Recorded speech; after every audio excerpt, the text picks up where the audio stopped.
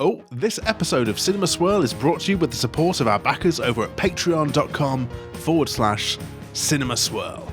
$5 OTP backers get instant access to every episode of our monthly exclusive bonus show, Cinema Swirl, where Kevin and I review bad movies. And this month, in fact right now, if you're hungry for more late 90s, early 2000s weird comedy, have we got a treat for you, because we've reviewed Freddy Got Fingered. That's right, the Tom Green movie, Freddy Got Fingered. It's a far more interesting chat than it has any right to be. I genuinely loved this episode of Cinema Swirl for the conversation that me and Kevin had. If that doesn't hook you, I don't know what will. If you want to find out more, head on over to patreon.com/Cinema Swirl. Right, let's get swirling.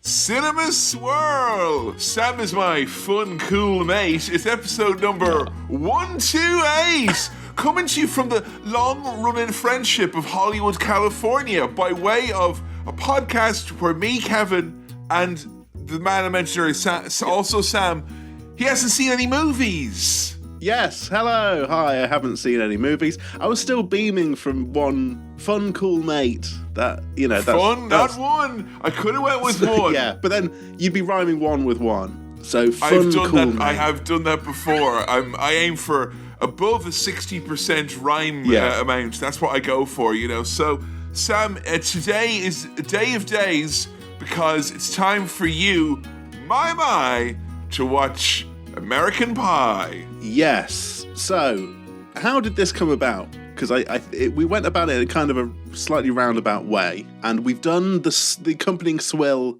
already. We've done that first, which reminds me, we've revealed our haircuts on Patreon first, but for the main feed, this is the debut of the long-awaited mutual haircut that we coincidentally got at the same time but didn't discuss in advance, which is quite sweet in a way. Very, very interesting. It's one of those kind of, I know Sam and I reached out across the morphogenetic field and psychically did this, what is honestly a very, very special thing. You there at home, you probably go on your phone and get like 3 haircuts a week on Just Eat. Like Sam and I, this is kind of like a, you know, yeah. Dogs get their hair cut more often than we do. Yeah. That's a genuine. That's just the data on that. True. That's all that is. That's true. It's you true. Just put truth out there. You know, how excited does your dog get when you order them a haircut on Just Eat? Very excited.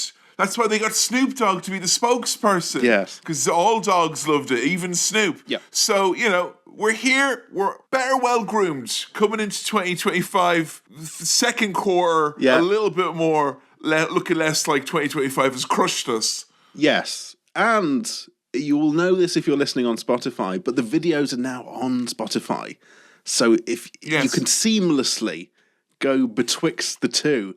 Oh, you're watching it on your desktop while you work, and then you've got to make a car journey somewhere else. You switch between the video and the audio and back, and it's all one. I like the seamless nature of it. That's very good. It's such a seamless nature. It's caused us to actually genuinely have to reconfigure how we do the start of our podcast. Yeah. But it's so seamless that if one of us says something, you're like, I want to get a look at this fucking guy. I want to get let me look at this. Let me get a look at this guy. What's he saying here? You can do that. Or similarly, I'm sick of looking at this guy. You're covered. Yes. You're covered. Yeah, you're not bound to the audio. You're not bound to the video. Well, you're bound to the audio, actually. There should be audio whenever you consume this. But, if there's a fun gag and you think, did they do something funny with their hands and faces when that happened? Go back 10 seconds. Check. You can do it. It can happen. Or on YouTube. Or you can do the YouTube as well. We need the numbers. We're just so happened that we've drilled down into the data and we have figured out there are 2 main states for all podcast listeners, which is A, I want to get a look at this guy. Yeah. And B, I'm sick of looking at this guy. Yeah. And we've got, again, both are covered Bases in this covered. format. Yes. Covered! Yeah. But to the original question that precipitated a haircut existential question, we did Tom Green... The Tom Green movie. the Tom Green Freddy got... The man at the shop said that she wanted the Freddy got fingered, was it? And we yes. did. We watched and reviewed that, so we did. We did. And so that put us in the frame of mind. Oh. Thank you very much. Thank you. Ah. Just a cup of tea there. Tea. Good service you got there, mate. Good, it's good. See, you find your wedding ring, miraculous things happen. For those of you who are wondering, it was in my apron again. Ah, that's nice. Where it ends up. It ends up there. And that's the cold open. So...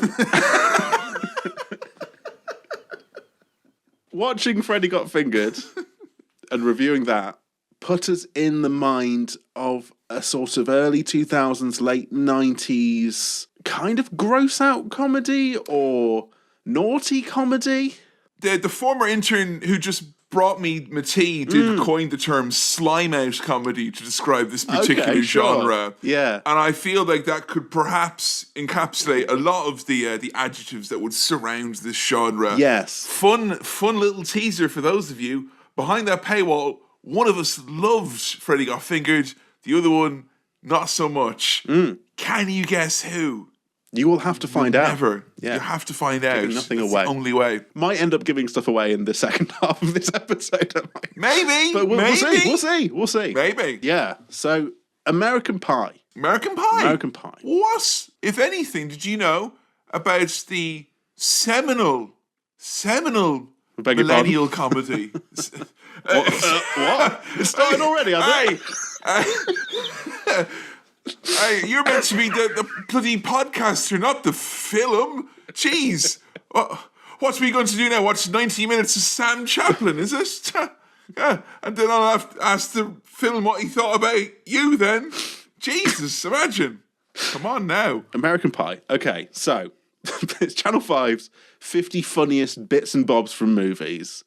And in at number 24, after the Ben Stiller, Cameron Diaz jizz in the hair from whatever that was, we've got the lad from the Teenage Dirtbag video putting his willy now into a pie, so he does that. And like, how does Jimmy Carr set it up this? Like, does he kind of put a spin on it? Has he got like kind of a pithy remark? Or is he just like, I'll let it speak for itself? Pretty much, I think, because it's one of those moments that we all sort of know about. The DVD cover has a pie with a hole in it on it. I remember that. It came from a rich seam of white background posters for movies with the name of the thing. And then they got saucier and saucier. Letters. Yeah, there. red letters. Yeah. Red nice letters. Red letters. Sort of stamped Ooh. on there. Stamped. And there'd be a naughty thing, be it a pie, be it a nudie lady, be it a keg of beer, be it where's my car, the titular car. It's all that sort of stuff in it. Dude, my car's a pie, that type of a thing. Yeah. Who fucked my car, one of those films. I know about the pie thing. Okay, so when you say the pie thing, because I mean, that was the main, I feel that's one of those words. Yeah. That kind of penetrated, because obviously it was used in wrestling a lot with The Rock, pie. And like, I was one of those children who retrospectively feels like a child who was taught how to swear in a pub and just to know that they're saying something naughty. Because I was 8 or 9 being like, hee, pie, pie, pie. And it was a rude pie. We call it apple tart here. It's not no. But I haven't grown up and then started using the word pie to mean whatever the fuck The Rock was on about. Well, I don't think... Like, I'm assuming older boys were as clueless as the rest of us when that pie, you know what I mean, right? Like, but like, I was confused because like in The Dandy, Desperate Dan, he loved pie, and now I'm like, what was Desperate Dan like? He wasn't actually that desperate after all. He was very, very confident in his masculinity. It turns out. So, look, I know about that pie. The part there's a pie scene in the film. I know the song American Pie, but I don't know if the song American Pie is in American Pie. Why? What's the song? Like the song American Pie? Like is that like that was on Tony Hawk's Pro Skater 3, wasn't it? I'm pretty sure. Might have been. Might have been. Mama's American Pie.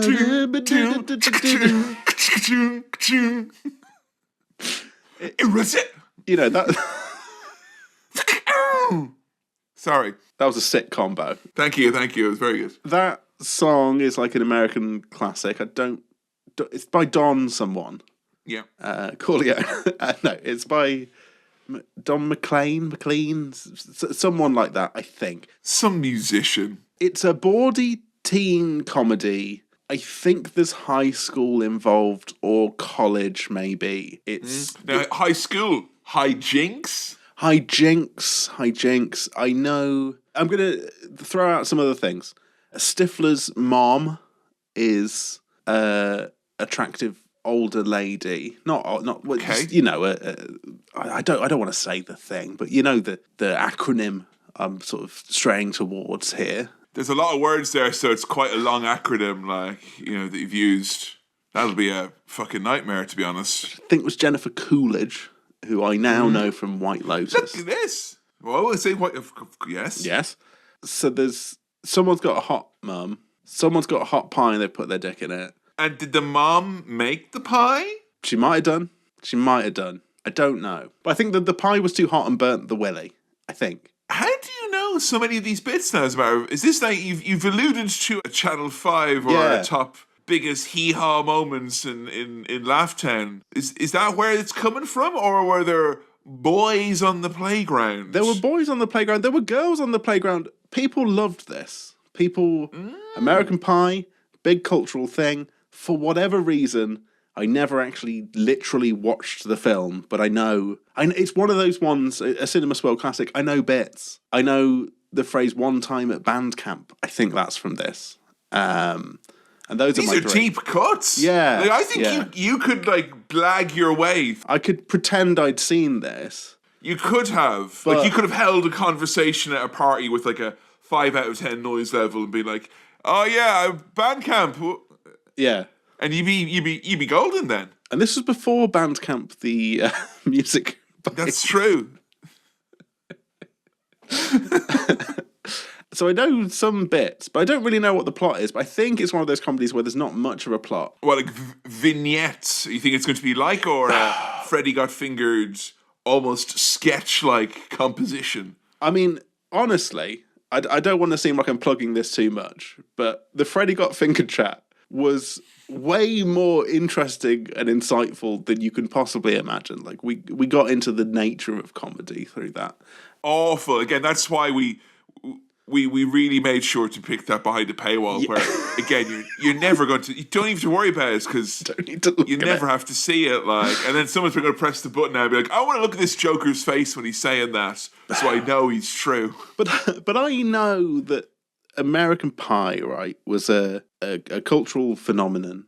It's a franchise that I think had a case of diminishing returns. I mean, are you aware how many sequels that there are?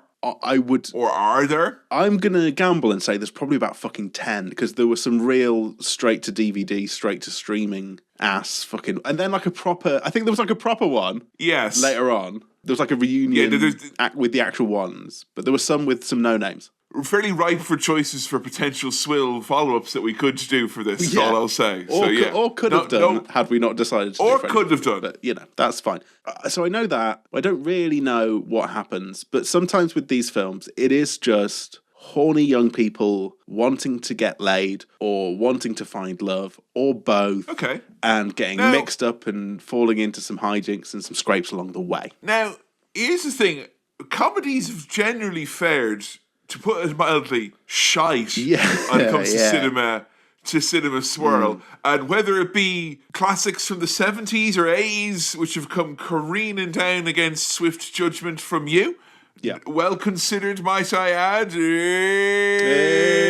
My learned colleague. I think most recently Dumb and Dumber was given short treatment. Yes. Now, is there anything about this era of comedy that makes you think that it might rile differently? We are maybe hitting more direct nostalgia that, you were aware of the culture around this, whether or not you actually had seen the movie itself. So do you think we might actually be better positioned than some of the other comedy movies that you've seen before? Potentially. Because I've not seen this since I was 19, and I don't know, I'm not assuming this is aged particularly well. Yeah. Oh, yeah. So caveat: I don't think Kevin knows what's coming in this necessarily in terms of content, but we shall find out. You've seen it, but there's probably some bits that have aged poorly. I'm expecting that, but I was a fan of some comedy media around this time. Did you see Scary Movie? Like, was there other kind of raucous young people comedies at the time? All of that stuff I didn't really engage with, and I didn't really get on with American sitcoms. Okay, so why didn't you? Is it because you thought you wouldn't like it? I don't know. It's not looking good for American Pie, is what I'm saying right now. No. It's like the main thing you can remember about your relation to it is actively avoiding it. Well, no, but it has got. I mean, the bit with the titular scene is up there with, Del Boy falls through the bar, Willie falls into the pie. It's one of the classics, I think, from what I understand. That's up there with movie comedy moments. The burnt Willie in the pie. The Willie wasn't burnt to begin with. A whole ass movie, most of which involve scenes that aren't that. No, so exactly. So if that's the peak, how do we get there? Maybe we get there early and we have to kind of recover from that. But where do we go from there? The idea of this as well is that it'd be a bit of a laugh. A bit of a laugh after. Honestly, the last one with, doing the old Saturday Night Fever, it wasn't the laugh that we anticipated it being, was it now? No, I am sort of concerned that we could fall into a similar trap where we're like, oh, this will be a laugh, and then there's some stuff that is like, oh, that doesn't feel very good from a, Come on! Sorry, not to No! There's not like a whole subplot about a crisis of masculinity and... There might be. Urban decay, like... Why do you think he fucked the pie? There's no jobs here. It's a waste of a good pie. Come on, that was supposed to feed my family. Yeah, look, no, I'm hoping this will just be an out-and-out slime fest, laugh factory, good time. That's what I'm hoping. I am hopeful. The other thing that was tossed up in the air as potential was to do another Stanley Kubrick, because Sam likes Stanley Kubrick movies so much. So it was like one of the rare cases where you got to go, what movie will we watch? Will we watch Eyes Wide Shut or American Pie? Yes. And we've made our bed, and now we have to fuck the pie that's in it. There must have been someone back in the early 2000s who made that decision in the Blockbuster, who held those two movies up and went, I'll go with that one. It must have happened. And they always said, what a great time to be alive. All this great media here at my disposal. Come on, so much to choose from. Who remembers going to DVD shops? No. But now if there was a shop, there'd be so many, and and sure half of them have subtitles on them. Yeah, and sure. And you'd Kevin, you'd pick one up. You'd go to the counter. And they'd say, "Oh, we don't have that one anymore. The license agreement has expired." And then 3 months later, they're like, "Oh, we've got it again." Hey, speaking of that though, is the person not returning the DVD to the Blockbuster where you rented it from? Is that like the equivalent then of the license agreement lapsed? We made an agreement with this guy that he'd give back Terminator 2 after 3 days. This agreement has lapsed. And they have retained this copy of Terminator 2 Judgment Day. We made our own license agreements every time we rented out one of those goddamn movies. Yeah. Right? Yeah. I have altered the deal, Chartbuster. Pray I do not alter it further. Yeah? Yeah. Oh, good times. I've got a deal for you, Sam. Yeah. The deal is we're going to watch one fucked up, crazy ass... You better make sure your parents don't walk in on you watching this bad boy kind of movie, yeah? But before we get into these mails bag, let's get into our mail bag.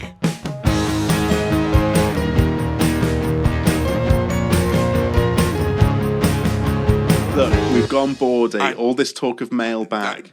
And that's the cold open. And that's the cold open for the mailbag. Now, we can still have those, right? Okay, that's all right. Welcome to the mailbag. Thank you, as ever, for your questions, queries, comments, and bits and bobs into cinemaswirl@gmail.com. That's cinemaswirl@gmail.com. Seamless through video and audio. That the guy who did that there? Yes. Pretty crazy. Pretty crazy. Also, on Patreon for free. If you join as a free member, put your money away. You can put questions in our free member, open to anyone, mailbag chat. So you can get in there, have a little chat with exclusive bag. No money needed. But if you want to sign up, do it. Right. And this question. Push us away. Push us away. Push us away. And then get it out later. Later. This question comes in from that very chat from Martin, who writes the following. Dear Sam, if you were... Good start. If you were to have a friend who, like you in 2014, hasn't seen any popular films, which film would you pick to start their education as Kevin did for you? Now, this is an interesting question. Important as well, they're not starting a podcast. That did bear greatly in the decisions that were made. Yes. And it is mad to think that I am now probably at a sort of film buff level through doing the podcast. I've probably seen more films. Except Sam the Puritan has only rewatched like one of them ever in the history of this podcast. So like very much, not like these so-called film buffs who watch the same movie 3-4 times, Sam. Yeah. Now, honestly, I think Star Wars was not a bad start at all. That's pretty strong stuff. That makes sense. That's a good opening gambit. But what I did do was I went back through the episodes and I thought, what would be the highlights that I would want to show someone to be like, you haven't seen this, watch this, and let's have a chat about it. So, The Shining, obviously. I mean, that's the one I've rewatched. That's the kind of one I really... That's the special one. Yeah, so let's talk about that. I kind of don't want to get into a thing where, like, watch the Royal Tenenbaums, man, and then we talk about that. Like, there is, scope for that, but what are we doing? Goodfellas, that's a fucking barn burner. That's great. The Warriors. Ooh! And then, and again, I'm going to sell it to you. I've put Freddy Got Fingered in there because the chat we had after that was some good stuff, man. I don't really recall what we talked about, other than I know we just ended up debating the nature of comedy. I don't know if I would say I was confident I came within an arse's roar of making a valid case. But there is some sport in watching bad movies that someone hasn't seen, and I think that's maybe an important thing to throw in there. Not mostly watch some good stuff, but it's, I think, maybe culturally important to see some bad stuff too, and I'm glad I've done that as well. But yeah, those were my picks. If you were to start Cinema Swirl from scratch, would you change anything? Would you go make any other choices with the film picks? I'm sure like there's a lot of ones that I think that perhaps rushed into showing you Ghostbusters and Indiana Jones too soon. Okay. And I think that they should have been maybe padded out a bit further. Sure. And I think that maybe, I don't know, but like though, because there's a lot of ones that I feel like they didn't make like any sort of an impact on you, that I still look back and I kind of go, surely that's not the movie's fault. Surely that's where it was put on a series of a podcast's fault instead, Well, yeah. And we have to imagine some other person who hasn't seen films. I'm me with my foibles. That's true. And, someone else who hasn't seen any of these films might have a completely different experience with it. They might like that shit Christmas comedy. What was it? The National Lampoon. But would you say, is there a movie that we've done where you're like, oh, regardless of your taste, like it has to be, like, would you say that was, Goodfellas and The Warriors and The Shining? Those are the ones that, regardless of your taste, you think everyone should see that? Those are the ones where if I was you in this scenario, and that would be a good indicator that the person I was showing them to. Me? Or you? So I'm showing someone else films for the first time. And if I showed them those ones, so Shining, Goodfellas, Warriors, if they like them, that's a good indication that we're on a similar pop culture wavelength, right? But I'm Kevin. You're Kevin. I'm Sam. Yeah. But there could be a third person who... Anyway, thanks for writing in. I really appreciate it. You know, that is... That's food for thought is what it is, honestly, at the end of the day. You're Kevin, right? Yeah. Yeah. Yeah. Thank you, Martin. It's a very good question. Yeah, thank you. And thank you, Martin. we could probably do some more thinking on that. Now, Tristan has written in with just a quick note. Is summer bonding fucked now that Bond has been bought by Bezos? Well, I'm expecting there to be a lot more of those available on Prime, if that's what you're meaning. Yeah. So that might make it slightly easier, if anything, in the short term. In the short term, but more convenient for us. I think the fortunes of a recurring bit on a podcast might pale in comparison to the cultural repercussions of giant sales of iconic media like that. I think our two lots are perhaps in separate strands of reality. Yes. The NAF tie-in TV shows haven't affected other films that we've watched that have since got them. Like, look, if we get to review James Bond Jr. on Patreon as a result of this, then that's a different story now. Yeah. We never did cover the Full Monty TV series. That's true. We never did. But that was out of protest for the dignity of the steelworkers of Sheffield. Yes. I think were ignored in that sequel series. And out of respect for the Broccoli family, we will not be engaging with the spin-off Bond universe unless... But we wouldn't be any... Unless it proves to be really funny. Although, because that special reality show quiz thing they did where Brian Cox thought he was going to be in James Bond, but instead he just tells them like trivia questions that they have to answer on the back of a train. Yeah. And he's like, this famous physician was Sherlock Holmes' greatest adversary, Mr. Bond. And I can't resist that now, can I?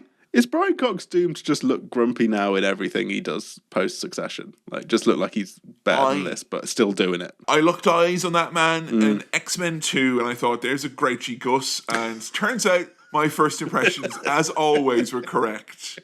We have got Spectre on the docket for Reverse Swirl, and we will be dipping back into Bond in summer, the classic Bond, as ever. Yes. We'll come back to it. So we've got plenty to get through. The dark night of the quantum of the solace of my soul is over on Reverse Swirl. Yes. Yeah. So in the short term, Tristan, we got plenty more to get through. In the long term, maybe it will get spicy and interesting. But that's one for... Look, Tristan, I think you and I and the rest of the Irish should put up some false resistance to this, as well as the real resistance. Because honestly... one Irish Bond isn't enough, amigo. Yeah, let's get another one. And I'll be in my cold fucking grave before a Navan man is the only Irish Bond. We need at least 3 now. The next 3 Bonds, should be from some of the BMW region, is what I'm thinking. At least, yes, the border of the Midlands, the West. Oh, I thought you were talking about the car that he drives in, because he traditionally drives a Aston Martin, not a BMW. No. Kevin. No. Let's have a little wager. Do we reckon the new Bond will be announced by time we do some summer bonding? Yes or no? No. Okay. No, you don't think? No. You don't think Bezos, now he's paid his money, is going to rush out that announcement and be like, look, we've got the person. Here they are. I don't think so. No? I think it's going to be a Christmas present. Is what it would be. Christmas present. Controversial Bond. Families ruined. Better get on Amazon and buy a thing. Yes. Then, So thank you for your mailbag questions. If you want to send more in, it's cinemaswirl@gmail.com, or the Patreon, or the socials. Right, American Pie. Well, Sam, it's time to drive your Chevy to the levee and check whether or not the levee is dry. Oh, no, that's horrible. What does that mean? Let's go. Let's go do a cinema swirl.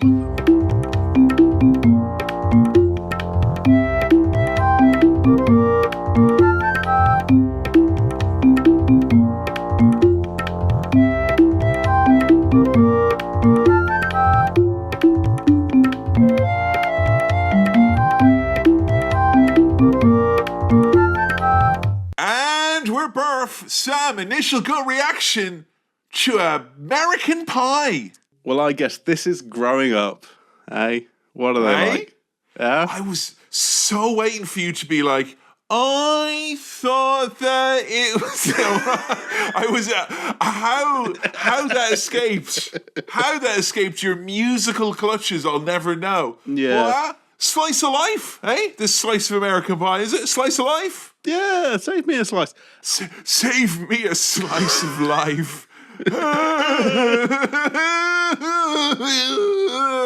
No, you've had yours. You know, it's not without its issues, but there was something sort of nice about that as a thing to watch, I think.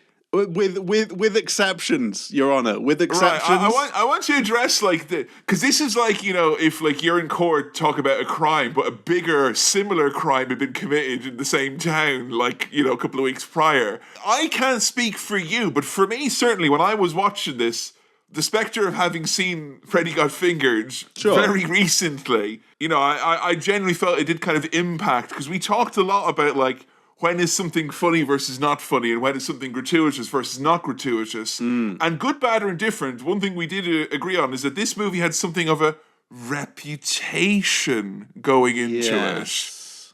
Did it live up to said reputation? Seeing as you've been exposed to some fairly reputable reputation-having slime-out comedies recently. I will say very clearly, to bury the lead, didn't hate this, and it's quite interesting context for other stuff I have consumed. And if I think about how old I was when this came out in 99, so I would have been way too young for this.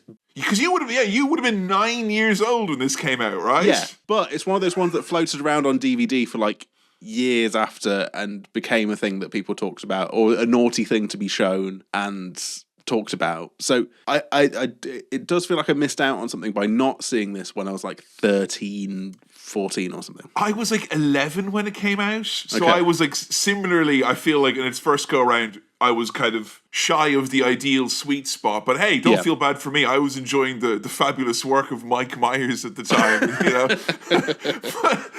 But I think that when I did eventually watch it, it was more the kind of the slight like eye roll of the reputation surrounding it, of like, you know, I didn't hate this or anything when I first saw it, but certainly the time and how comedy has changed since then, or so how some of the comedy has aged from before this point that we've watched, I was very pleasantly surprised on revisiting it myself.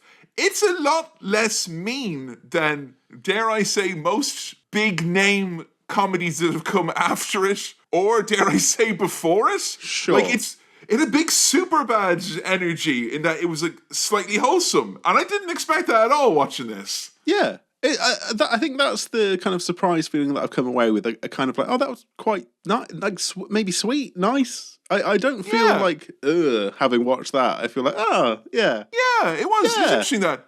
Anyway, we open on a grown man portraying a teenager masturbating. Hold on. How great was that then? What is it about that you loved so much? Okay. What was kind about that exactly? And that's good, is it? You think that's good? Firstly, Cinema Swirl fan base, are you okay? I just wanted to quickly check. Sorry, Sam. I just thought I'd take the time. Yeah, all right. Sure. I just thought I'd take the time. Sure. Okay, so first question. We're getting into the Grease dilemma. I don't know how old these teen boy actors are here, but they seem young. Do they? Yeah. Fucking Biggs here looks 100 years old. No, he doesn't. 100,000 years old. You don't get that kind of forehead sweat until you're a grown man working, you know? And he has that the whole movie. So here's the thing. I'd rather they look a bit too old than a bit young looking. I think probably for safety reasons, I would feel better about them looking a bit more. I don't think it's like, they don't look like they're in their fucking 30s. They look, you know, like lads, young lads. They look like they're in their early to mid 20s. Sure, yeah. But anyway, he is masturbating here. Interesting technique, going for a sock. Yeah. Kind of affixing it almost like you would an attachment for a vacuum cleaner. Interesting approach. Yes. So, the idea of... Right, there's a danger here that we get into talking about, Oh, we're on YouTube. We got to be careful now about what we're saying. Yeah. You know? We don't want a podcast where it's two lads being like, I've not wanked into a sock, have you? Because that's not fun for anyone. Sorry. Yeah. No, I'm going to do that. So did you like the movie or what then? Yeah. Skip over everything we've written down. No, he's serious though. That's on patreon.com/Cinema Swirl. There's something now, more than 25 years removed from this, I think, that it's quite quaint about trying to get the adult channels on a telly. Yeah, the good old days of there being taboos before this new era of taboo busting everything came along. I mean, I love busting as much as the next guy, but taboos, some of them should be kept. They should. But it starts us off on the right tone, that this is, horny young men. And it was a crisis of imagination, I think, is what a lot of young men in those days had, you know? Sam, you see a lot of these young boys, they can't even think of something sexual of their own accord. A lot of young boys these days can't even construe that. Oh, nowadays?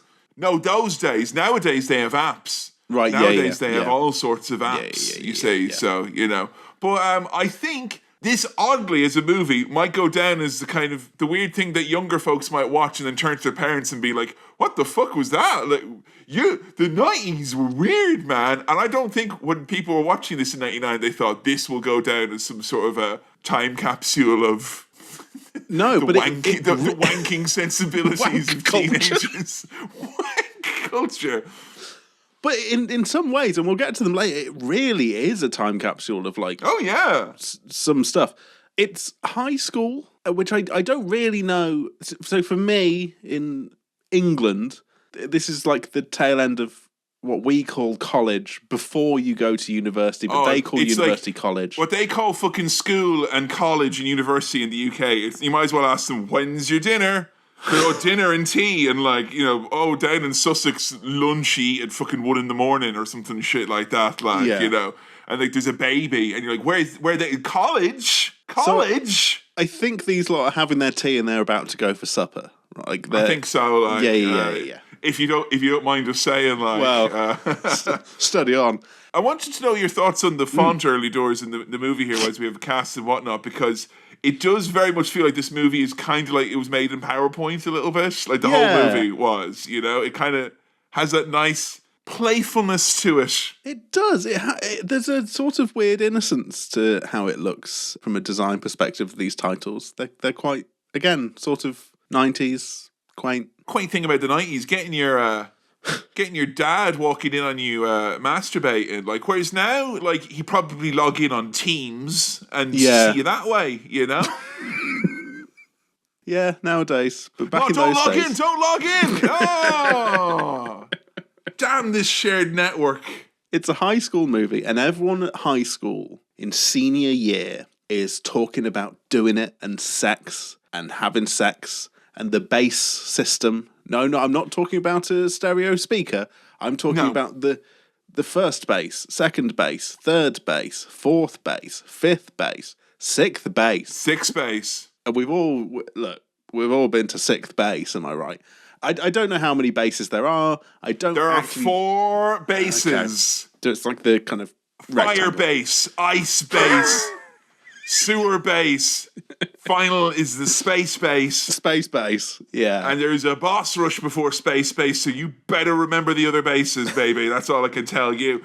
I think there's a lot of chat here that I can't say I necessarily identified with. Okay. Because I can agree that all teenagers of a certain age generally were talking about sex pretty much constantly non-stop. But you have to appreciate that takes a slightly different tilt when you're in an all-boys boarding school. Because it's kind of like the difference between people in a shopping centre walking around talking about what ingredients they're going to buy for the meal they're going to make later versus a circle of hobos at a burning trash can talking about one time they thought they remembered eating food, warming their hands. Yeah. So I can't say that I related to a lot of their discussions vis-a-vis their plans and whatnot. It's different, Sam. That's all it is. You talk about it differently there, you know? I think I related to some of this in terms of, how people of that age are. You were in the co-ed school, though. Yes, yeah. The normal one. Before you judge either of us. Before you judge either of us and Dan either of our experience. Why would they judge me? It's perfectly normal, right? Okay. Just look at the exam results. Look at the exam results. And Sam's school did very well on GCSEs. Yeah. But my school didn't even do the GCSE, and it's a fucking disgrace. Okay. It's a fucking disgrace. Not a single Brit in the entire school. It's a fucking disgrace. That's not true. There was one who was bullied and left. Oh. There's something about the late 90s, early 2000s American high school aesthetic. It feels like all high schools are want to be that. Still, even, it feels like. So prevalent in music video, sitcom, just culture around this time that I would have consumed. So it feels like I've seen this school and these students, even though I haven't. They kind of exist everywhere. I feel like when I was a teacher, I knew teachers, I could be making this up, but I remember when I was a teacher, I knew teachers who knew a time before it was called prom. And they were like, what an Americanism that, like, they just kind of decided one year, it's prom. Yeah. And like, we don't have the homecoming dance or whatever it is, but like, that's very much just like, hey, we've seen it on telly and we want to have a prom like Buffy did. Yes. Yeah. No vampires, though. Yeah, because of stuff like this. It's such a big part of the teen media that we consumed that people wanted it in over here. Another big part of teen years growing up, getting the acceptance letter, Sam. Now, of course, kids these days would probably get their apps pinged. They get a notification saying, oh, you're going to St. Andrews. Where were you? Where were you, Sam? Where were you when you got the piece of paper in your hand that said, you're going to the University of Lincoln and you might just meet an Irishman who will change your life? Well, I can't remember how this worked, but that's so long ago now. Did you get like provisional acceptance provided you got certain results? So really it was all hanging on. We're on the point system in Ireland, so it was completely different. Completely different. I can't really remember the moment. I remember like going into college to get A-level results and opening them and being like, oh yeah, good, right, I can go to... And there's a big L on your folder and you're like, what, University of where? Lancashire? Think again, buddy. Think again. All right? But I mean, the consequences of where you end up at university are much more severe for these Americans, where it's like, oh no, I've been accepted to Duke and you've been accepted to St. Louis or whatever. Oh no, you've been accepted to Crank University? Damn it. And I'm stuck up here and puke with the rest of the losers. Yeah, so there is this kind of end of the road. The friendships might be coming to an end. We all might be going to different places and losing contact. Interesting one here, Americanism for sure. And I want to know your experience with this because Joe and I were discussing ad nauseum this idea that it could perhaps only be in America. Okay. But the idea that the band and band nerds. Yes. Now, in my experience, anyone who was like talented enough to do music generally floated in somewhat, not revered, but like slightly more exclusive circles in that they had their own kind of... They certainly weren't looked down upon as an underclass, as it's constantly made out in these American films. No. If someone's bringing in a bassoon or something, you're having a go at them. Not me personally. Yeah, but I mean real instruments, not the fucking comedy instruments. But that's being in a band. The bassoon right? And the clown horn and the big shoe or whatever the fuck it is. Like, I think there's still a sort of inherent, and I don't think this, but an inherent dorkiness to playing orchestral instruments in a school.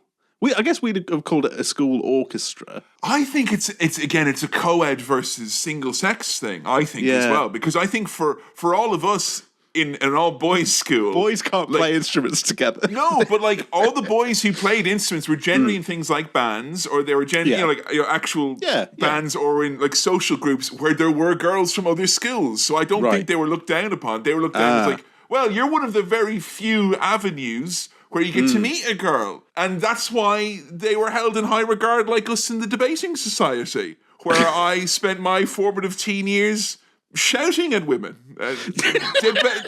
Awful. They literally made us do. We used to do this thing called I've ever told you about mace debating? I beg your pardon. Mace debating. Come on. Okay, so mace debating would be a thing that this is like this is the hard shit. This is like the fucking G1 of debating, right? Like this is where you go and you prove if you can go. Because normally if you're debating, Sam, I give you your topic and the side you're doing, you're going to go home, you're going to prepare, I'll see you next Sunday or whenever it is, we'll have the debate. Mace debate, it's like, buddy, come here. You're debating this, here's your side, I'll see you in 10 minutes. And then you have to do a full debate with no notes, and no access to the internet. No safety net, man. No safety net. And I shit you not, one of our actual topics that we were given, and it was usually stuff like euthanasia, the war in Iraq, George Bush, Tony Blair, them lads. And we got one which was Sex in the City recently proved that a woman can't have it all. Discuss the finale. And we had to take the side that a woman can't have it all. And neither of us had seen Sex in the City. Yeah. And our opponents were girls, both of whom had seen Sex in the City and were very passionate about Carrie's adventures. Yes. Is mace debating an official title assigned to this by grown-ups? Yes. That's mad. It's cool though. Mace debating. That's so silly that it would be so phonetically close to a naughty thing. That's really? Yeah. It sounds like you're just saying masturbating weird. Oh, I see. How have you not? You can't have not seen that. I didn't read. Honestly, like, look, I'm out here masturbating. As a man here who legitimately won a gold medal for debating and can be classed as a master debater through no fault of his own other than hard graft and work, I'll tell you that none of us in the world of debating could see the forest from the trees. We never really clocked. We were too in it, you know? I wonder if nowadays they do have, I mean, we didn't have a debating team or anything like that, but nowadays they probably do have like bands. I think they've got like cheerleaders at UK schools now. They've got all this stuff. All this stuff, now. Yeah. Good on him. Good on him, eh? I think it's cool that there was a kid who was like smart and he liked coffee. I like that guy. Finch was really cool because, like him, I like coffee, and also I took a really big shit today. So, you know, I feel kind of kindred spirit to Finch, who it's very hard. The word Finch is ruined for me. Even with the small bird, I'm like, Finchy! Chris Finch. It's one of them awful names, isn't it? Yeah. I'm not even English. Why am I saying it? Kevin, I've got an important question for you. What does third base feel like? Apple pie. I was going to say cherry pie, but no, that's apple pie. Warm apple pie. And I'll tell you what, right? Apple pie, the guy was using more fingers than Travolta. That's all I'm saying. Yeah, Travolta's one. Travolta's like, hey, get ready for the night of your life. Oh. And this kid here is like, all I'm saying is for a pack of virgins, their technique looks pretty solid so far. It's just setting us up for the iconic bit later on. The soundtrack on this is great for me. There were some very good ones in here. Yeah. The classic American sex comedy trope, a house party. I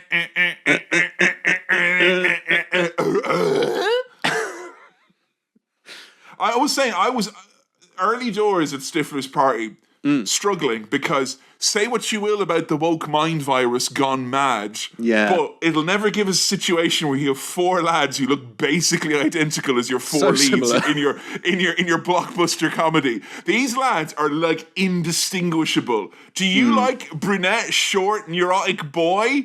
Well, here's three of them and one with a little bit more meat on his bones.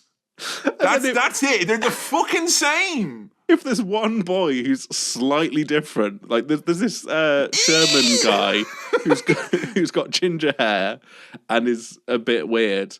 It's like he's the weird villain character. He's strange. I know, but he's not one of our brunette boys. He could have been easily part of your group. Yeah. In that brief period where having a ginger past his diversity. I know we're past that point now. We're long past that point. But this is where, Sam, we lost out on some of the good old meat and potato identifying props of the raunchy sex comedies of the 1970s. Yes. Where's the tape on Sherman's glasses? Where's his pocket protector? This lad's clearly a nerd. Let's visualize it. He doesn't read. Unfortunately, Kevin, this film is gritty and grounded, and we can't have any of that anymore. Genuinely, Sherman looks like the type of guy you go up and ask for a pirated Game Boy Advance cartridge off of. Like, you know, if anything, you would learn to serve the Shermans of the world very well, young man. Yeah? Yes, Don't be mocking them. So they're all different kinds of dorky, and they're all wanting to have sex with ladies now. What are our flavours of dork here? Because we got Finch, who's like kind of an aristocratic dork, I guess you could say. Yeah, he's got the jacket. A snooty dork. Snooty dork. We've kind of got jock dork. Oz is like jock dork. Who's the main guy? Jim? Is he called Jim? Jim, who is basically like ultimate neurotic, sexless, like kind of more fixated on his virginity than everyone else. That type of dork. And then Kev is the real relatable guy who has got a long-term girlfriend portrayed by Tara Reid. Yes. And he's got it all, but he's still a virgin and classes himself as just as a loser as the rest of them.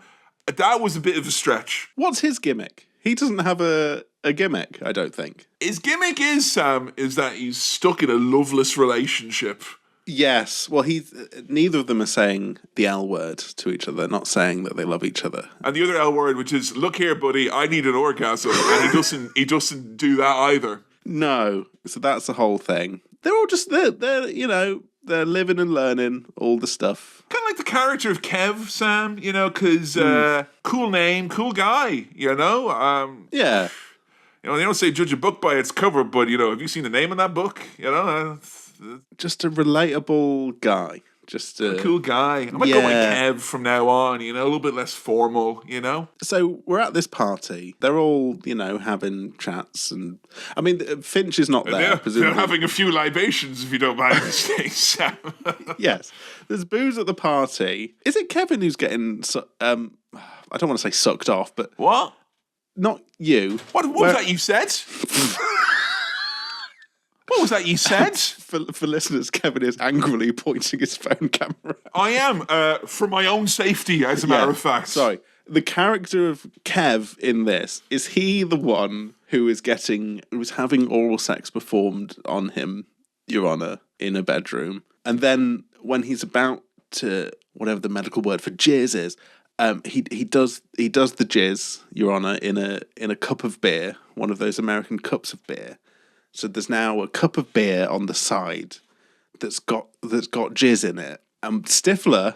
So Stifler's interesting. Sorry, I was just thinking about what happens if this was the first episode of the podcast my mother decided to listen to. Like, no, he was an older boy, Mum. I just wanted to review a movie. He's an older boy, and he came in. He started talking about all this other stuff. I don't even know what that is. Like, I don't even know what he was talking about. It made no sense to me. Like, how would you describe Stifler as a character? You've just done it there, Sam. He's a character. He's a character. He's kind of like a party starter jester type, you know?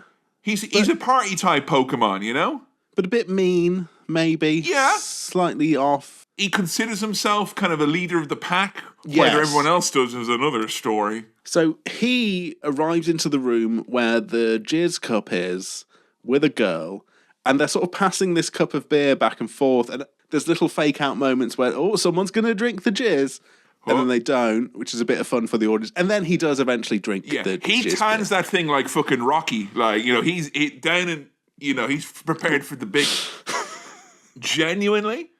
And I will say, it is to this movie's credit. I watched this at a reasonable time in the afternoon. You know, it was, the sun was coming down. I hadn't eaten recently, and I wasn't yet very hungry for my dinner. Genuinely made me feel sick, this bit. Genuinely gave me drinking the jizz beer. Yeah. It's not nice looking, is it? No. And it doesn't mix. That's the problem. Like, it's going to sit on there, I think. The only thing you can say for it, Sam, is that it makes balls somehow look okay by comparison. But, you know, even still... We're not dealing with the height of design here, are we? Like, no. I'm looking at that going, this isn't the best of us, is it? Ladies and gentlemen, this isn't the best of us, is it? No.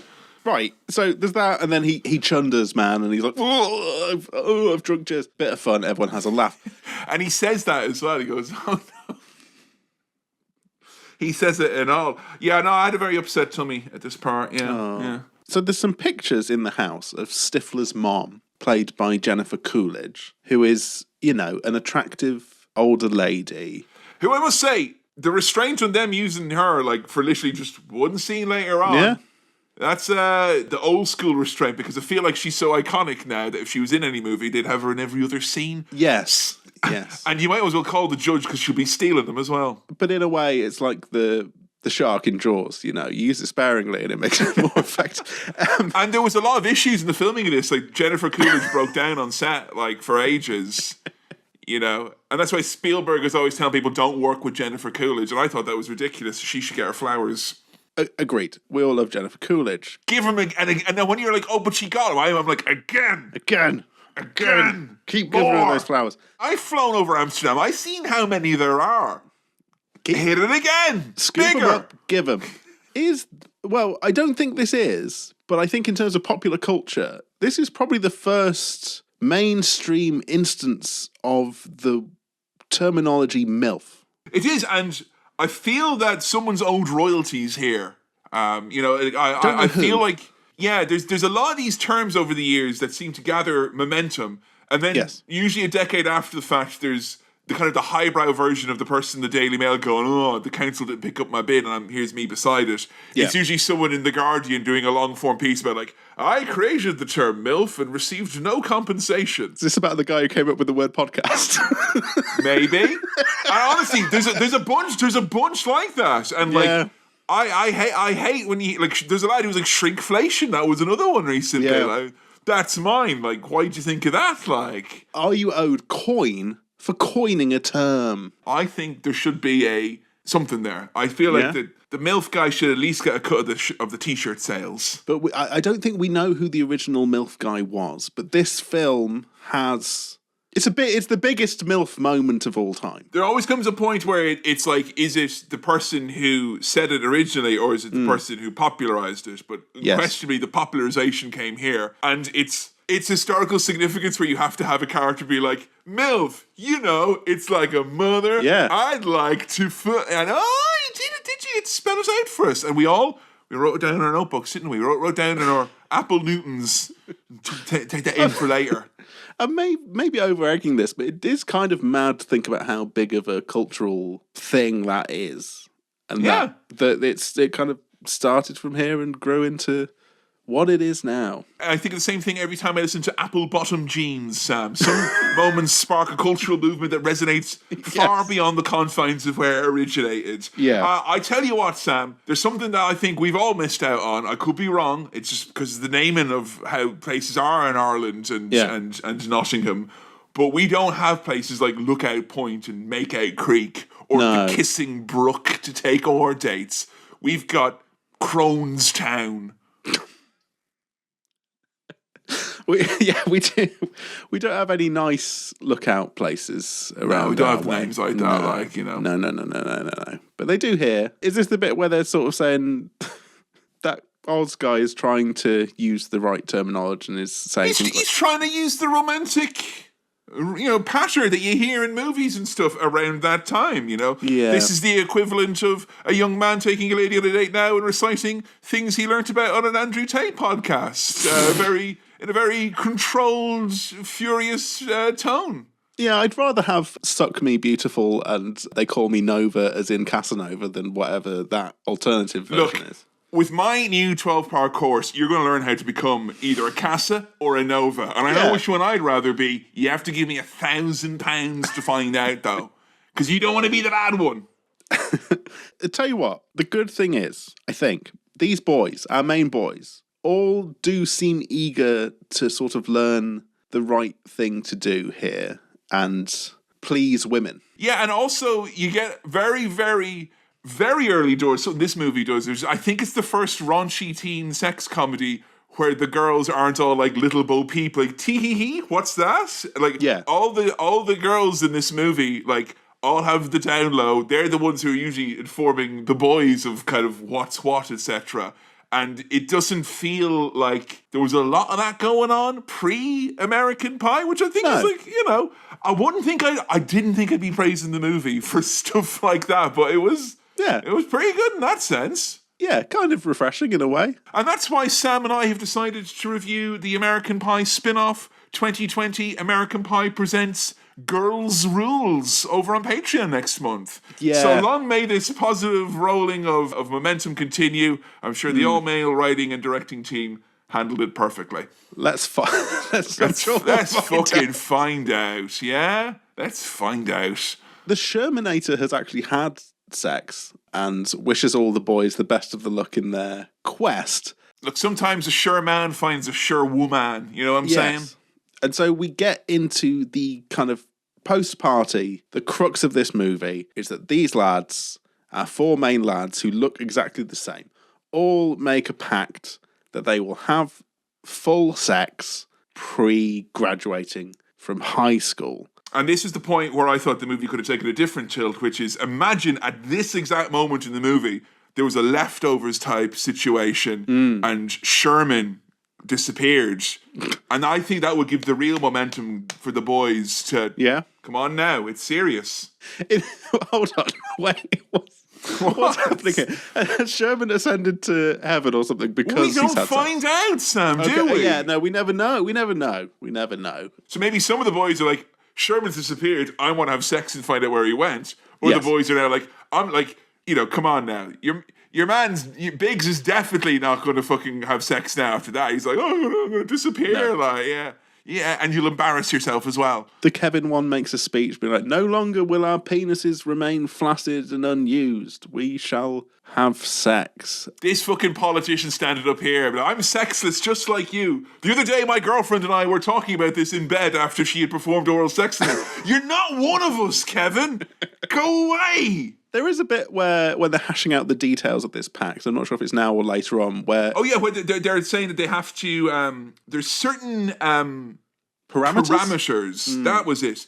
They refer to it as being valid sex, non-paid for consensual sex, and also there is an inferred sexual buddy system implied in the terms of the agreement. Now, I'm glad that the consensual sex thing is clarified, but also a bit worried that they sort of needed to clarify that in their hashing out of the details. But look, rather be clear about it than not, I guess. Good. Now, this is basically like, the New Deal, except for raunchy teen comedies. It's like, look, we're going to get up to hijinks, lads. We've all seen the trailer. There's going to be hijinks galore, but couple of parameters, and it's all good. And on they go. We get a nice montage. Nice bit of golf, nice bit of condom usage, nice bit of e-dating, as it was known in the day. Oh, that late 90s dating site and that late 90s computer. I love it. And the background music of Flagpole Sitter by Harvey Danger, a.k.a. I don't know, me and the original Peep Show gang just, that's a cool song and all, but like season 1, which has like... Oh, you like the...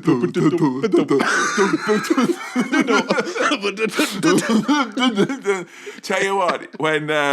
what's his face? The shit one. When he shows up, you can play that music. How about that then? Like, who's your favorite from Peep Show?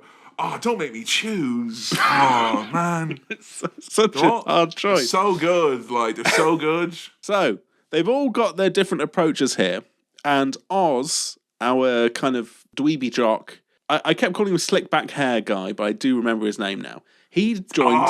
Oz. He joined the choir. Very smart. Good. Yeah, good. Dare I say, Sam, there was maybe a tip or two to pick up for the young man watching this movie, perhaps. Yeah. You know? The whole movie where it's like, have you tried talking to one of them, maybe, you know? Well, there is the line where he's talking about, what his plan is. He's like, all you got to do is ask them questions and listen to what they say and shit. And basically. Again, like this type of advice should be running at 12, 15 grand. Easy. Nowadays, this would be behind a paywall. This should be behind a paywall, is what I'm saying. This is kind of fiscally irresponsible information that we're sharing right now. I do like how Sweet and Dinky, they all are in their own ways. Kevin, who is faced with the idea of if you tell your girlfriend that you love her, she will probably have sex with you, by the wise friend of his girlfriend. He's like, oh, I'm not sure, because that might be manipulative. And that is like... This fucking beta cock, he just got owned by himself. He'll be fine. Don't worry, he'll be fine. But, they call it the Big L. Or is it the Big O that they're talking about? And I'm like, the Big L, a lore-gasm. You got to review Lord of the Rings or Hobbit again for us to get one of those on this podcast. No, thank you. Those days are over. No. I do enjoy, is it Eugene Levy? He's the dad. so fucking good. He's a proper father-son chat. Now, I'm going to, because I'll tell you this, my dad, love him to bits. The idea of him doing this or anything like this is so, bananas, inconceivable, absolutely not. No. Okay, here's my question to you. Maybe this is weird. Did you have a sex talk with either of your parents at any point? When I was quite young, both of them gave me that this is how babies are born and where they come from and all that. Sure. And I got that kind of quite early doors or whatever it was. But other than that, not really. No. I was just kind of, chucked into a boarding school and I came the other end, Best of luck. and I don't think I would necessarily state that one was preferable than the other, let's just say, because this quite perfectly encapsulates two different forms of neuroticism combining. And they barely shared from it. When the least awkward thing that happens is your dad gives you a load of porno mags. Probably should say at this point, hey, you're not getting out of this. How about you? Did you get the chat? No. Really? No, nothing. I don't know what sex is. I'm still not 100% sure. Sam, you and I've got a proposition. We're going to band together for valid consensual sex. Look, between this and Twilight, you've got the moves now, Sam. I'm sorted. Is that as well? Because kind of this is something that you definitely had in your school that I didn't have in my school at all. Which is you had PSHE and stuff like that. Yeah, we had sex education. We were taught about it in school. Yeah. So yeah, we didn't get anything like that. None of that. We got a really weird 2-week period with our religion teacher where we talked about the biology of reproduction, but also evolution, kind of all in one go. Right. And it was we were only 13 or 14. We hadn't done reproduction or evolution yet in science even. And we just one 2-week period, we got a series of lectures from our normally very hippie-ish, what do you feel type of teacher. And he gave us this very strict talk about here's the science behind reproduction, sperm. I think the idea of it was to kind of not say, hey, every sperm is sacred and all that, but give you kind of what you felt was a fundamental grounding that would lead you to the conclusion that all sperm is sacred and condoms, while useful, maybe you should dwell on the fact that you're in a Catholic school just a little bit. Okay. So I will say, they never out and out tried to indoctrinate us, but they gave us some stuff that would lead you to certain conclusions in the guise of, they were just learning about something today. But we never had hey, you're a bunch of young men going through huge changes. Would you be curious to know what some of those are? Never. No. Not once. So in my godless school, we had loads of that. Really? We had to put the condom on a sort of and did people go, penis. Hey! Oh, there was some titters and some laughs, sure. But we did learn all the kind of key stuff. We found out when about I was it at school. A form tutor, I'd be given stuff, being hey guys, it's form time, and today we're going to find out about coercive relationships, and we have to watch a really intense 15-minute movie before lunch, and you would hope by now, it's a bit. There's even more. It's quite a broad, but it's competing with the internet, and it's always viewed as kind of I don't know, less than or whatever it is. But interesting how we could have such different experiences from each other and people in our respective countries now. Yes. So I want to point out at this point, I have laughed a bunch at this movie already. Yes! And I did throughout, and I found it funny. And I think this is probably the kind of pinnacle of the comedy, is Jim and his dad's two awkward men trying to talk about sex and sexual things. It is just very well done, well written, well performed, funny stuff. And it's very, the timing on it is perfect. The fact that you can see on Eugene Levy's face it dawning on him that he's like so ill-equipped for this. You can even catch a glimpse of him kind of like trying to remember, like, maybe what happened when I was given this talk, and probably not be much better. But of course, this exchange of pornography, again, not privy to that as a child. My dad didn't give me any pornography. No. I'm assuming they're just sharing links on the WhatsApp now instead, is what they do. Is that it? I think so now. Son, here are some sites that I particularly use. You might want to check those out on your own time. I'll forward you a link to all of my bookmarks. And you could, horrible. Again, the kind of porn magazines feels quite quaint and innocent now. That's a bygone era, like. Yeah. You know, I remember when there was boys, like, still playing around with that, and I'm like, mate, I've got a 3510i, like, you know? I mean, you know, this is basically the next generation right here. Like, what are you messing around with paper for, you know? So, yeah, I've found all of this funny so far, pretty much. Finch... there's rumours going around that he's a kind of big-willied Lothario. Very, very good strategy that he has here, which is rumours spread fast, and when you're a known, unknown quantity like him, it can pick up very, very easily. Yeah. But the real rumour that doesn't spread is that he can't take a shit in school, which I both identified with, but also didn't sympathise with, because I identified with, like, hey, I get it, not wanting to shit in a place. Yeah. But never in my life have I ever been like, oh, I'm going to, like, go really far to not. Americans at high school, they're all like fucking driving themselves to school and shit. So he can probably just, it's convenient enough for him to get in his car, probably. And he can go to his own house he has as well, because he's an American. They have their own houses and all that as well there now. I mean, this does fall victim to the Jesus Christ, American house is a fucking massive problem that we always get when we watch American films, and I get very jealous. Anyway, he's settled those rumors, but he can't shit at school. But that is in keeping with his character of like a kind of faux sophisticate.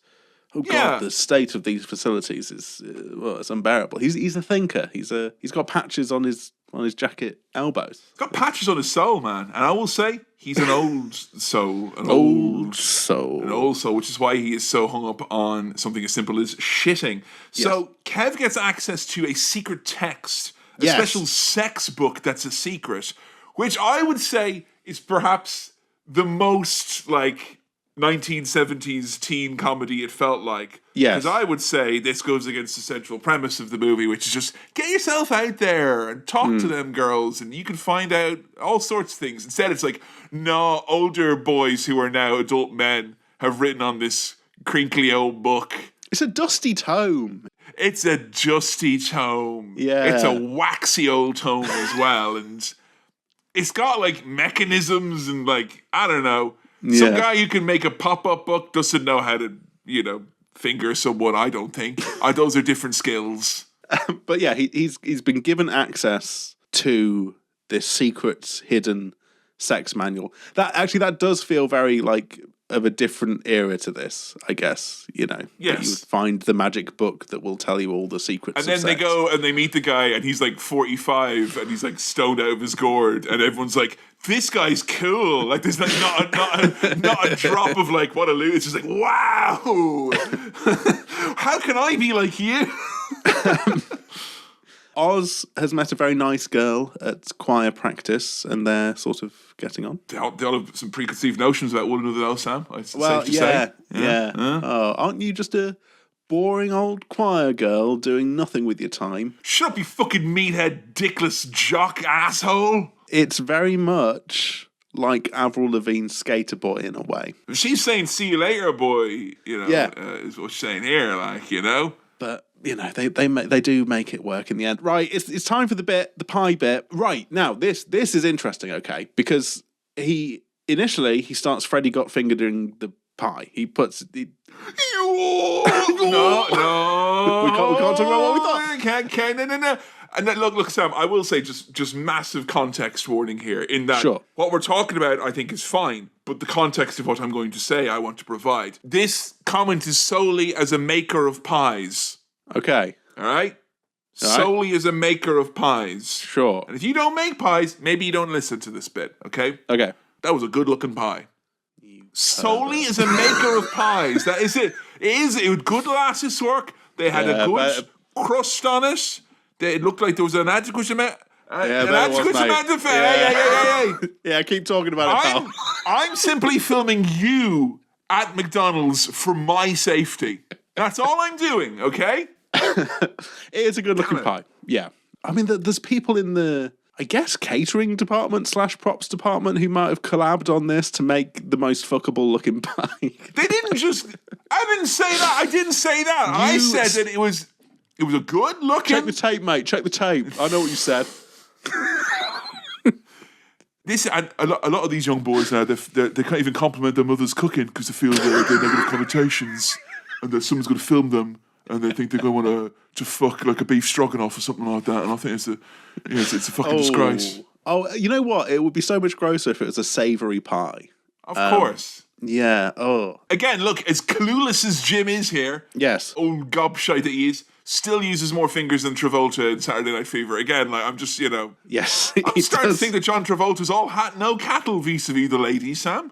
So I've got a question for you. In the version that you watched, what do we see here with Jim and the pie? What does he do? Starts off with the fingers. Yeah. And then, like, if I'm not going to lie, I remember it cutting away for a fair bit, seeing Dad moseying about.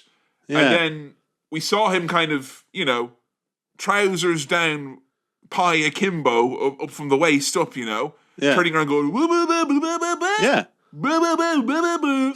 And then we saw, and then we saw the honestly, the devastated remains. But is that what you saw this time? Yeah. I saw him on the kitchen counter. The pie's here. I didn't see that. His bum's out. He's sort of shagging the pie. Oh, really? Now? On the kitchen. There are two versions. There are, yeah. Now, where did you watch yours? I went to the Perfectly Legal DVD shop to watch this one. So I think I got the unrated, uncut version. But in my head, on Channel 5's, funniest bits where they put the Willy in the pie, he's standing up and he's like holding the pie over his genitals and looking shocked.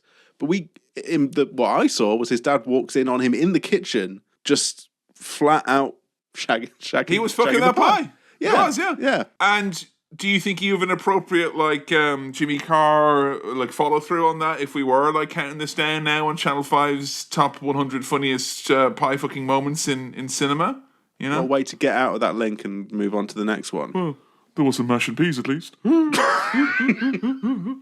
Perfect. There we go. And I'd be like, what's the VAT on that, Jimmy? What's the VAT on that? Are you claiming it? Are you? And that's the cold open. That's the cold open. Again, the chemistry between these two as a father and son, or the kind of lack of, the kind of, the awkward, we'll just tell your mother we ate it all is the chemistry is so good. I'm glad that Eugene Levy also has that chemistry with his actual son, who's also a very good actor. Because if I was that guy's son and he had amazing chemistry with this other boy, I might feel a little bit left out in the cold. Yes, but thankfully that's not the case. Nice choir girl asks nice lacrosse boy to prom, but when he goes back over to his mates, one of whom is Stifler. Awful. Oh, shagging mate. Oh, yeah. And she sees that from a distance, and it's like, oh, I'm not sure about these boorish, brash. So, if you're wondering what it was like to be in an all-boys school, yeah, imagine that scene there where the boy tells the other boys that he's going out with a girl, and they see the girl, and they all start going, and start making sex motions and stuff like that, and kind of jumping around like apes. Imagine that scene, but there's no girl in that scene. She's not there. Right. So a guy just walked up to the guy and went, girl. That's what it was like in all boys school. And then the boarding school aspect of that, imagine that same scene, but it's nighttime and there's less boys there. And someone's like, a girl. You're Shut up, I want to go to sleep. Why are these sounding more like those guys from Star Wars? You know, the little, like... And I'm like, shut up, I need to go to sleep because for some reason I live in the school. Ah! And that's what Steph was like. Kevin, not you. Kevin, the character in this, is, I'm going to say it, eating pussy with his pussy-eating manual open. Calls himself a gamer. He's got a Game Shark on the go. I can see he's got the secret codes, brother. He didn't do it legit. Come on. Well, Celebrity Skin by Whole Place. The soundtrack is good on this. It's a good soundtrack. Again, I don't believe what I see. A man of your skill using a manual to fillet the girl. I don't believe it. I simply don't believe it. Because what is it? What is it? A live blog? Like how you need instant feedback. Instant feed. You can't. Unless there's some sort of a fucking transcendental matrix in there, you're not feeding in all that intel and getting out the data you need. Kevin, come on. Kevin, it works because we do get the funny scene where her dad is like coming up the stairs to tell her that dinner's ready, and she's screaming, I'm coming. I'm having sex. He's like, oh. You know? That almost feels like a British joke, that one. There's a kind of, yeah. Because there's a dad leaving, and that's usually kind of the crux of most British jokes. Like, so dad leaves. When Paddy McGuinness starts talking about his dad leaving, that's when the fucking night starts. Yeah. You know, that honestly, the jokes that come before then, it's just for pretend. Now the show begins. Now the show beyond begins. There's a girl called Nadia who is, where's she from? From Czechoslovakia, Czechoslovakian, and she asks Jim if she can, I think, just study at his place for the big school thing. I know what you're thinking. Nice. Nice. And for some reason, she's having to change clothes at some point, and that's an understood thing that's going to happen. I can't remember what facilitates the thing where they're like, she will come over, but will also definitely change her clothes into something else. Also, for the purposes of everyone watching this, she'll be betrayed by a woman who is definitely at least 29 years old. Yes. Just in case you're like, hey, you know that great scene where everyone watches the teenage girl on webcam get undressed? Yeah, and then a teenage boy comes in? Like, we've had assemblies about this sort of thing, Sam. Yeah. You know? Where they would say, show us strength. We want all the teachers up the front with their arms folded at the start of this one, please. You know? So they know it's like, when we're talking about that or like type 2 diabetes, give us a wall of arms up the front, lads. Let the kids know you mean business, yeah? It's not like a fun one talking about, oh, the Queen was alive when Atari was founded. Not that. This is proper.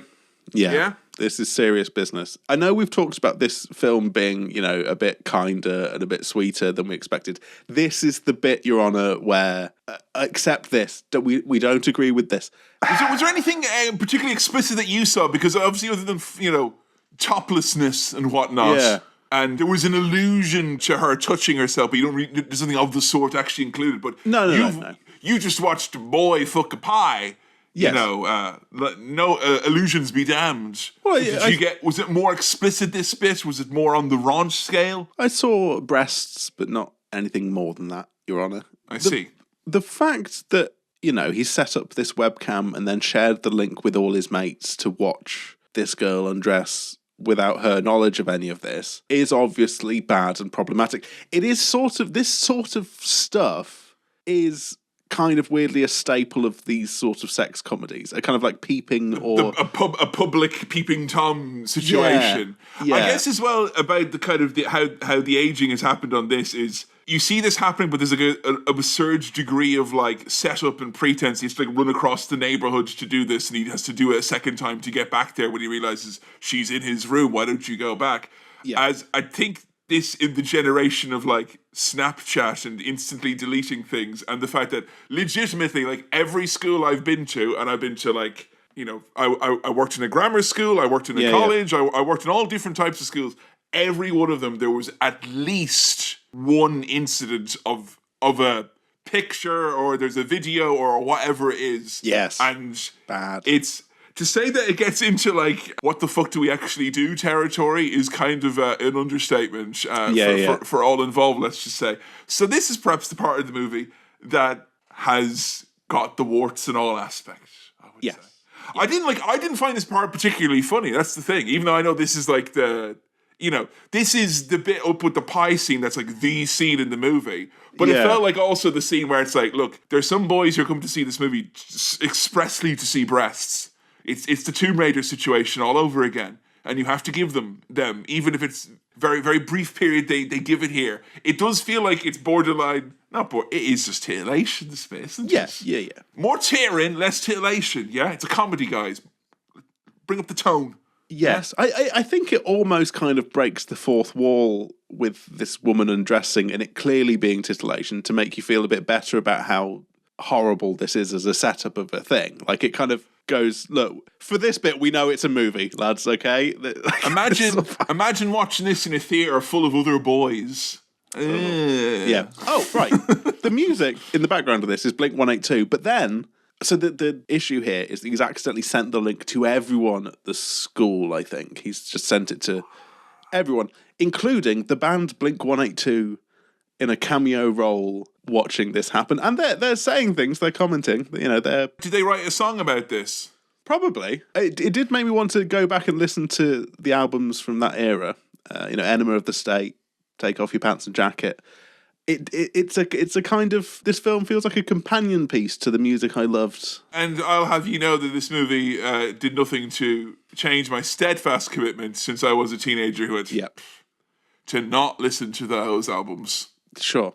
And I respect you. I live in a house with a Blink-182 fan, and I have heard these songs, Your Honour, but I have not listened to them.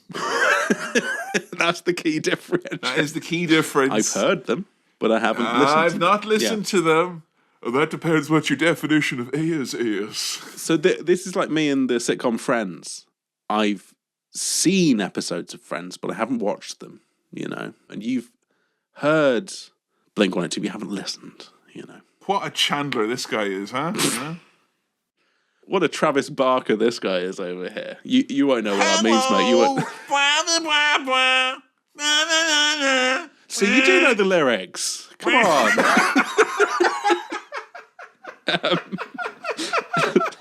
So the payoff of this scene is that Jim, he bursts in, sees her undressing. She's like, well, you've seen me, so now I have to see you.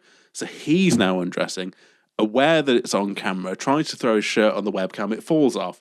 Everyone can see what happens here. She touches near his genitals, and he immediately jizzes in his pants. Is this the most you said the word jizz on an episode? Yeah, well, I guess probably. there was that Shining episode that was pretty... There's no real way around it, I don't think. I've got to say what happens here. It's one of those situations where if you try to go more formal with the nomenclature, it suddenly becomes more bawdy. Yes. Isn't it? Just call it what it is. She takes more of her clothes off, and he double jizzes in his pants. So that's, public embarrassment in front of the whole school. This is where someone should kind of be like, you know what? He's proven something there. That's impressive, kind of. That's that's it. It's like, this is where it's like, okay, you lost the battle, but you've leveled up a lot of your Pokemon here, friend. Yeah. You've actually got, this is like you open up a random pack of trading cards. Like, that one's actually really good, that one there. Yeah. Like, you may not realize it because you feel very embarrassed for having done this. But he's on to something. Yeah. He's on to something. Within less than a couple of minutes, he's jizzed twice. Dare I say, Sam... I say, it almost undoes the notion of embarrassment, the fact that he has, quite frankly, an astonishing refractory period.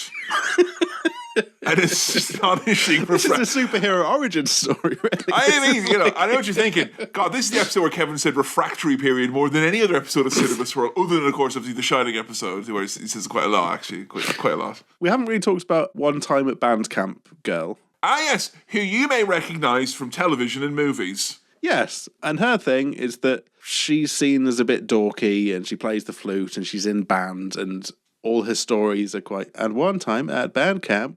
she seems personable and interested in me. Get out of here.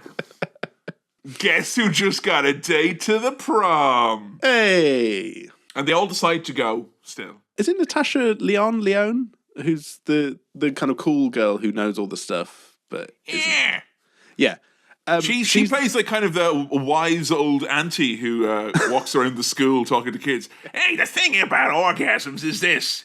You kids, you gotta realize something. Yeah, gotta have one every day, all right? So, what? You know what? You know what? Is there anything that sums up the general hubris of Netflix quite like the phrase Russian Doll Season 2? Why did you... I'm so hungry for this sandwich, I'm going to bite my own hands off. You idiots. It turns out... This close to greatness. You were this, weren't you? And you threw it all away. Double or nothing. Literally, double or nothing. I'm all in on the cultural cachet of this franchise. So we did a second season. It didn't work out so good. What are you going to do? It turns out that Finch has paid her to spread these rumours about him, and it has worked. It's gone gangbusters. It's great. Now, but Finch hadn't been seen around a lot at this point in the movie, and I genuinely thought, are these actually children? Has Finch maxed out his maximum allowable filmable hours as a child in the state of Nevada or whatever it is? No, he's just been busy shitting off screen, which is fair. You just imagine him doing that all the time. But Stifler, his prom date has been like, I've changed my mind about wanting to go to the prom with you, Stifler, because of how good at sex and how big a willy and how brilliant Finch is. So out of jealousy, and again, kind of a bawdy comedy staple, he put some laxatives in Finch's coffee. 3-0. Jesus. Sorry. You had us at 2. You didn't need to go for the triple threat, lads. Jesus Christ. And so we get, a kind of, my tummy, running to the toilet and good poo acting. And Stifler, because this guy is so unfamiliar with the toilets, leads him into the ladies' bathroom. And he goes in there, and it's good toilet acting. It's good toilet acting. As a man who can't generally poo comfortably with neighbours, I felt for him. I think we've all been in the toilet thinking, what's the impact that this next few moments are going to have upon the room? I'm sure I've told you before about in boarding school how the development of a technique known as the crash mat, because boys were scared about other boys hearing them poo, they would put down a thick layer of toilet paper at the bottom of the toilet bowl, so when they pooed, it would be like, it'd be like a probably silenced type thing. And then you would flush the toilet and it would overflow, and shit and water and toilet paper and piss would go everywhere, which was obviously much better than a boy hearing a poo hit water. Yes. Speaking of embarrassment, Finch comes out of the ladies' bathroom, and the whole school, including all these girls who've heard rumours about him, are all laughing at him and pointing. And Sam, look, counterpoint, right? He will carry himself with the air of a fully evacuated man, which, frankly, if you want to know, all right, look, we've given you so many of the tips already. If you really want to be a Casanova or both, when you've had a big shit like that, you're basically irresistible. Yes, yeah. Because the worst thing in the body is shit, and when there's none of it in you, you give off that.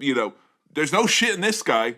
And that's not bad. Not a bad vibe to be given off. You're saying he's carrying himself with no shit energy. No shit energy. Very powerful. Yeah. Very powerful. Raw. It's a raw energy as well, Kind of like primal, kind of like a masculine raw energy, Yeah.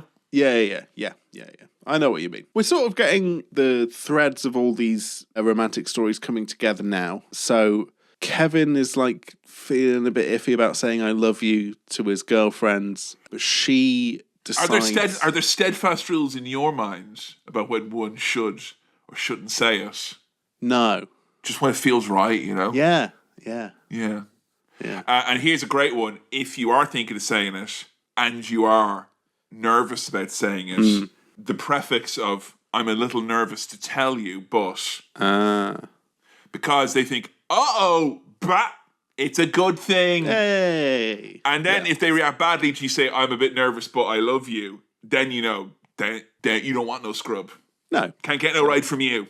So there you go. Again, between this and the Twilight episodes, you'll all be fine. Like, you know, you'll all be fine. I don't think we're educating anyone. Yeah, we're re-educating people, Sam. Okay. You know? Forget everything you think you know about love. Divorce your partner now. And now we're going to build you back up brick by brick for a large fee. And, you know, then you'll be a Casa or a Nova. Either one. Balls in your court. If you pay enough money, both. Oh. Oz, he fell out with, what's her name? Choir girl. Oh, I don't know. Choir girl. He fell out with her. Well, she fell out with him. She was like, "Oh, you're, you know, a no good jock, smelly jock." And he's got the big lacrosse game, and he's like, "No, you no." But he does leave his lacrosse game to come and sing in the big singing competition with her. And this is like honestly, if you're a smart school, you would make sure that you would never cross book type things, because as a teacher, you're always wanting to give leeway if anyone does have a massive change of heart, but you don't want them to walk off the pitch, you know? Because in that case, like, you know, it happened with Leicester City last week. Gary Holt, he was off the pitch. They go, where's he fucking off to? Oh, he's apparently going to become a podcaster now. Oh. And I'm like, more competition from the Holtman? Fuck me. I'm not going back to Leicester now, I can tell you that. No. So he's done that grand romantic gesture. Kevin's girlfriend wants to have sex post-prom. So it's all looking promising for them. And now... Promising, Promising. It's now prom time. And, like, you know, the Shermanator, we remember him. His greatest crime was, I think... Hubris? Yeah, hubris, and now he gets his comeuppance. I can't really remember what happens. Some girl comes up and is like, he's bad. The girl, he like paid a girl to say that they had sex, and then she was like, and we didn't, and he sucks, and also he wheezes himself all the time, and then he wheezes himself. Yes, and we all have a good laugh. Sure, you know yourself. It's no position to be in, and unfortunately, there's no help for Sherman. That's him peaked now. And he has to live the rest of his life in fear of anyone remembering that moment from his senior prom. So our core gang all seem to actually now have someone. So Jim's got band camp girl. Oz has got choir girl. Kevin has got his long-term girlfriend that he had. Long-term girlfriend. And apart from Mr. Finch, who... Finchy. Who... G. After the prom, at the post-prom Stifler party, bumps into, in a private room, Stifler's mom. She's here. Look, there's all sorts of sex going on in this party, right? And fairness to them, they did clarify that he is over 18 for this potentially. Yes. You won't be giving her flowers. You'd be giving her a long list of questions otherwise, wouldn't you? Yes, you would. But this is all, technically, Your Honour, above board. There's something really hilarious about them wanting to have sex at a party that's very noisy and raucous, and a child jumping out of a bedroom cupboard screaming, "Fuckers, fuckers, fuckers, you guys are going to fuck." I didn't realise that's like my greatest fear of that happening, but that happening is like... And then fucking Jim decides to go, they're going to have sex in a room that was full of like ball bearings and shit on the floor, and then I was like, that's actually worse. I think that bit there, you know, you know what? Get all ball bearings off the floor if you're going to have sex. Oh, so the thing with Bandcamp Girl is that, you know, the whole time she's been like, and then I did this at Bandcamp, blah blah blah, and then there's a reveal that she's done some stuff with her flute. By the way, I stuck a flute in my pussy. I said what? I said I stuck a flute in my pussy. Hey, I'm Bam Margera, and this is the flute pussy. Woo! He goes down on the ramp then, doesn't he? Yeah. Oz, by the way, who feels so much like the prototypical, this is what like used to be the protagonist in a lot of these types of movies, because there was always like the body guys knocking around, and there was like kind of the sensible, dopey, hunky one. And he opens up to his choir girl in a nice, big, dumb, slightly creepy way, but it comes across well and nice, and his heart is in the right place. Lovely. So he's gonna get some. Yes, but he doesn't. He doesn't immediately. He doesn't. No, he just kind they're of. going to wait. Seal the deal, Sam. Is what I'm saying. Yeah. His is a nice romantic ending. Kevin does end up. They mutually say that they love each other, and sex happens. And then they immediately are like, we should probably break up, shouldn't we? Because we're going to different places. And he's like, no. Yeah, actually. Yeah. Finch has sex with Stifler's mum.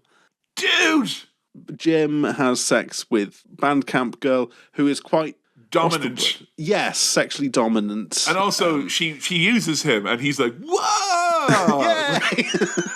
And that's like, I think that's one of the best messages for this movie at the end, where it's like, young fellas watching this, there are women like that out there. You can, if you do want that's a nice message at the end. That is out there. That's available. Yeah. And Jim finally be like, yay, I got used. That was a very sweet moment. Nice little cherry on top. And so, ultimately, we've got to the end of this. And Eugene Levy looks like he's going to get some as well, Sam. Good job, Eugene. They essentially meet up and they're like, we all did it, guys. We've had sex, or we've committed to having sex pretty soon. Can't wait to go to college and see how our lives turn out. Can't wait for American Pie 2, man. That's what I'm going to say. It's a good time, Sam. Yeah, it was a good time. I don't know. You laughed. You had. Yeah, and they weren't like the kind of, very often when we do sometimes these comedies, particularly on Swirl, like there's sometimes laughs can come out of like kind of a desperate place, but these were legit. I laughed at the funny bits that are meant to be funny in the film. Did you laugh heartily? Would you say at any point? Yeah. There were well written, well performed, funny jokes in this, and I laughed at them. There is so much less than the expected meanness that you would think. Yeah, and it has. I feel for it because I think Superbad, like you have seen Superbad, I'm assuming. Yeah. I feel like that like snatched away like this and the preceding generation's attention like far away from it. I feel like anyone who grew up post 2007 was going to watch Superbad as opposed to this. I feel sure, even though this had a huge box office and spawned ongoing sequels, a franchise, if you will. But like, I think the main thing that holds it is like, as you were saying, there's some like not just good performances, but very good comedic performances and lots of different types. And there's not much dead wood and dead weight in this. Stifler's very funny in it. Like he's not like there's a lot of people who are funny in it who aren't overused. Like I know we've mentioned Jennifer Coolidge is just very briefly in it, but like the fact that she's only in it a little bit and Sean William Scott's only in it a little bit, Eugene Levy just a little bit. It's good. Tight 90 as well. Yeah. How did this fare better than like Airplane and fucking so many of the other comedy classics? The National Lampoons died a death here, and yet American Pie did fairly well. It's everything's fallen into place. Like the soundtrack is exactly the sort of stuff I'd want. Literally, Blink-182 are in this as characters. I think that did a lot of the heavy lifting. It's done some heavy lifting. Yeah. The aesthetic of it, the world of it, the kind of American high school thing, I've seen so much of that. It feels very familiar. The fact that it wasn't that mean-spirited and horrible, which is kind of maybe what I expected. It wasn't... there was the... There's a couple of bits that aged... but and you don't expect a couple of bits in a movie whose premise in the late 90s was, this is shocking in body and whatever it is. But I think it... Like, I even know that culturally, because take it from me, I spent my last 10 years watching stuff from the Attitude Era in the late 90s in wrestling. Like, culturally, it was seemingly, compared to where we are now, a lot harsher and edgier and whatnot. But also, I think if you take into consideration the fact that you weren't being bombarded with information of a certain type all the time, it spoke to a simpler time. Yes. None of these characters you had to worry about what they were looking at online or what they secretly believed in or whatever, or what strange beliefs that they've been succumbed to. So it was a nice throwback in many respects. Yeah, there was a nice sort of simplicity to this. A kind of back to basics. Look, it's just a teen sex comedy. I want to ask you questions about it in relation to Freddy Got Fingered, but I kind of feel like that will spoil that review in some respects. Ask me. No, because I feel if I asked if you liked it more or less than, people can kind of figure out from back or reverse engineer it. So I'm gonna let that go. But I would say it's an interesting listen / watch if you want to check out our Freddy Got Fingered review. In terms of a companion piece to this, it's an interesting chat. Was there anything that, because it's been so long since we recorded that, was there anything I said in that you thought might be like kind of somewhat challenged by this movie or anything like that? Because I know we got deep into the weeds talking about what is and isn't funny, like. They're very different types of humour. Yeah, I think so. There is overlap, sure, but they are noticeably different. And I was surprised by how kind of sweet this was, and quite breezy and easy to watch, very watchable. It does make the appeal of the likes of Freddy Got Fingered a little bit more apparent in some respects around that time, because if this is meant to be your body comedy, and at the end of the day, it does have kind of your typical feel-good, hey, a bunch of boys came together and became better people, and we all had a summer we'll never forget. It was very, like, typical of the formula, even though it helped reinvent the formula in some respects. I don't think anyone, particularly the makers of the sequels of these movies, came close to hitting this quite as perfectly as they did. I don't know. I mean, some of the sequels will be interesting to check out, but I don't think they hold up necessarily the same way. But this was kind of critically panned by a lot of places back in the day as being tasteless and banal and all that, but so I can really see what like cultural impact this ends up having. Like you can see it. You can see so much stuff that has permeated into other things, and you can also see the influences behind it that have kind of informed it. It's hard. I mean, there's faults in it, and there's dodgy bits and blah blah blah blah. But for the time, which now is, you know, as I said, more than 25 years ago, it's aged decently well. It was fun. It was fun to watch. That's the key thing. Fun. It was fun and funny. Those are the two specials. It's a comedy, and it was fun and funny, and I liked watching it. And the soundtrack was good, and it's not badly made. It's well made. It's well performed. It's hard to find that much to fault with it, other than the stuff that we talked about that's a bit dodgy. Look, Sam, we've all heard of MILFs, but I'd like you to give me a Phillies, which is film I'd like you to score. American Pie. 4 star wipes. You heard it here first.